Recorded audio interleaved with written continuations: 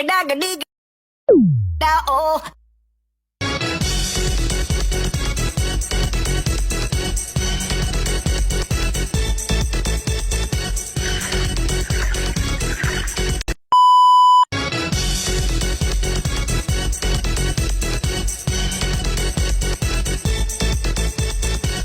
Assalamualaikum warahmatullahi wabarakatuh. Halo teman-teman, kembali lagi di sini dengan saya Yuda Sakti dari 12 TKJC.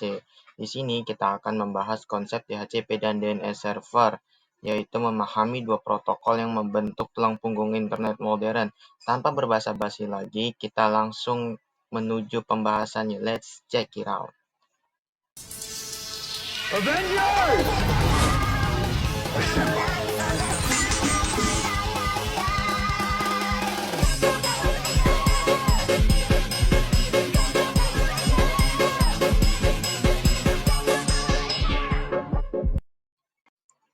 Nah, di sini bisa kita lihat teman-teman, pengantar jaringan dan kebutuhan konfigurasi otomatis, yaitu dengan kata lain DHCP, dalam ekosistem jaringan yang terus berkembang pesat, konfigurasi manual alamat IP pada setiap perangkat akan menjadi tugas yang melelahkan dan rentan kesalahan. Coba kita semua bayangkan, sebuah kantor dengan ratusan perangkat mengatur IP satu persatu bukanlah solusi yang efisien. Disinilah DHCP dan DNS berperan penting menyediakan solusi otomatis yang krusial untuk menjaga kelancaran dan stabilitas operasi jaringan. Nah, mari kita lanjut. Nah, pertama-tama kita harus tahu apa itu DHCP dan kepanjangannya. DHCP kepanjangannya yaitu Dynamic Host Configuration Protocol. DHCP adalah protokol jaringan yang memungkinkan server untuk secara otomatis menetapkan alamat IP, subnet mask, gateway default, dan informasi konfigurasi jaringan lainnya kepada perangkat lain. Tanpa DHCP, setiap perangkat harus dikonfigurasi secara manual yang sangat tidak praktis di jaringan besar.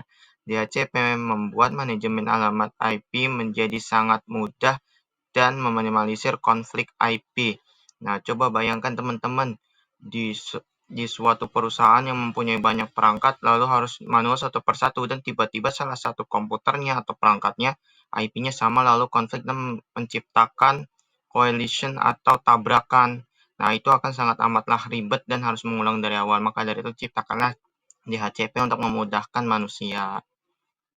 Di sini kita akan belajar cara kerja DHCP atau yang dinamakan proses DORA, yaitu Discover, Offer, Request, dan Acknowledge. Pertama-tama kita akan belajar Discover, yaitu ketika klien mengirim pesan DHCP Discover untuk mencari server DHCP. Yang kedua adalah Offer, server DHCP merespons dengan DHCP Offer, menawarkan alamat IP yang tersedia. Lalu yang ketiga adalah Request, yaitu ketika klien mengirim DHCP request untuk meminta alamat IP yang ditawarkan sebelumnya.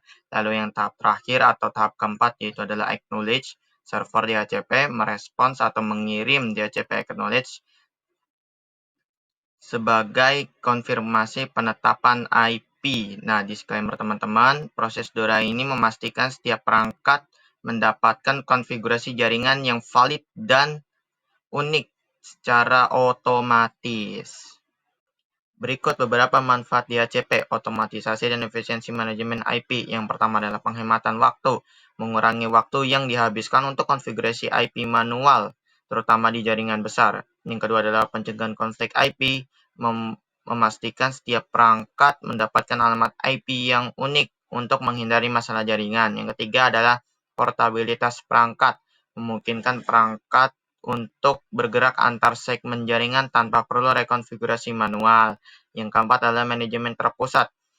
Administrator dapat mengelola semua alamat IP di satu lokasi. Selanjutnya kita akan belajar apa itu DNS, singkatan dari Domain Name System. DNS adalah sistem penamaan hierarkis terdistribusi untuk komputer, layanan, atau sumber daya lain yang terhubung ke internet atau jaringan pribadi.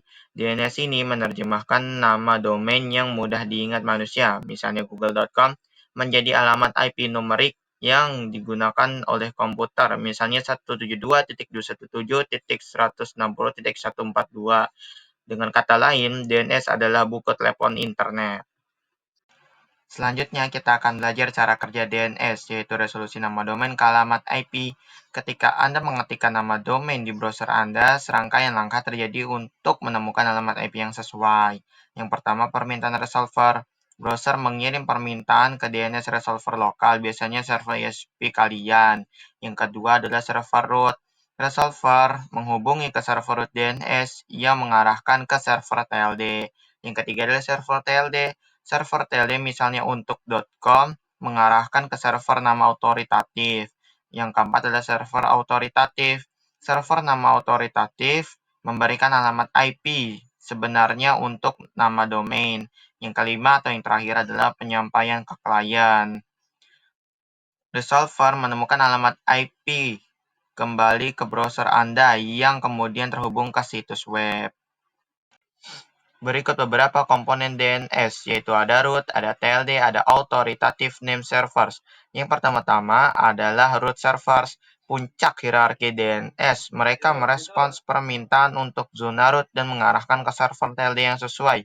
Yang kedua adalah TLD, top level domain servers, bertanggung jawab untuk domain tingkat atas seperti .com, .org, .id, dan lain-lain. Mereka mengarahkan ke server nama autoritatif. Yang ketiga adalah authoritative name servers, server yang memegang catatan DNS untuk nama domain tertentu. Mereka memberikan alamat IP definitif. Nah, di sini bisa kita lihat teman-teman adalah struktur dari komponen DNS. Yang paling atas adalah root servers, top of DNS hierarchy, direct quarters to TLD servers. Yang kedua adalah TLD servers, handle top level domains and point to authoritative servers. Yang terakhir adalah authoritative name servers atau yang paling bawah, yang paling dasar. Provide final DNS records for requested domains. Selanjutnya, teman-teman bisa kita lihat di sini beberapa sinergi atau kecocokan di antara DHCP dan DNS, yaitu fondasi jaringan yang stabil. DHCP memberikan konfigurasi IP dinamis yang efisien untuk perangkat, otomatisasi penetapan IP, mengurangi kesalahan konfigurasi manual, meningkatkan mobilitas perangkat. Sedangkan DNS menerjemahkan nama domain yang mudah diingat menjadi alamat IP, memudahkan navigasi internet, menyediakan sistem penamaan yang terdistribusi, meningkatkan user experience. DHCP dan DNS bekerja sama secara harmonis atau saling melengkapi. DHCP menyediakan alamat IP dan DNS memastikan bahwa alamat IP tersebut dapat diakses melalui nama domain. Keduanya sangat penting untuk fungsionalitas jaringan modern. Teman-teman sekalian, kita sudah sampai di penghujung pertemuan kita kali ini. Kita sudah sampai di mana titik kesimpulan dan tanya jawab. Kita akan mengulangi memahami tulang punggung internet, yaitu DHCP adalah otomatisasi konfigurasi jaringan, efisiensi, dan pencegahan konflik IP, sedangkan DNS adalah resolusi nama domain, membuat internet mudah dinavigasi. Bersama-sama mereka membentuk pilar utama yang mendukung kinerja dan kemudahan pengguna jaringan di seluruh dunia. Apakah ada pertanyaan teman-teman? Jika ada pertanyaan, silakan tinggalkan di kolom komentar. Dan jangan lupa like dan subscribe. Jika tidak mau, ya udah tidak apa-apa.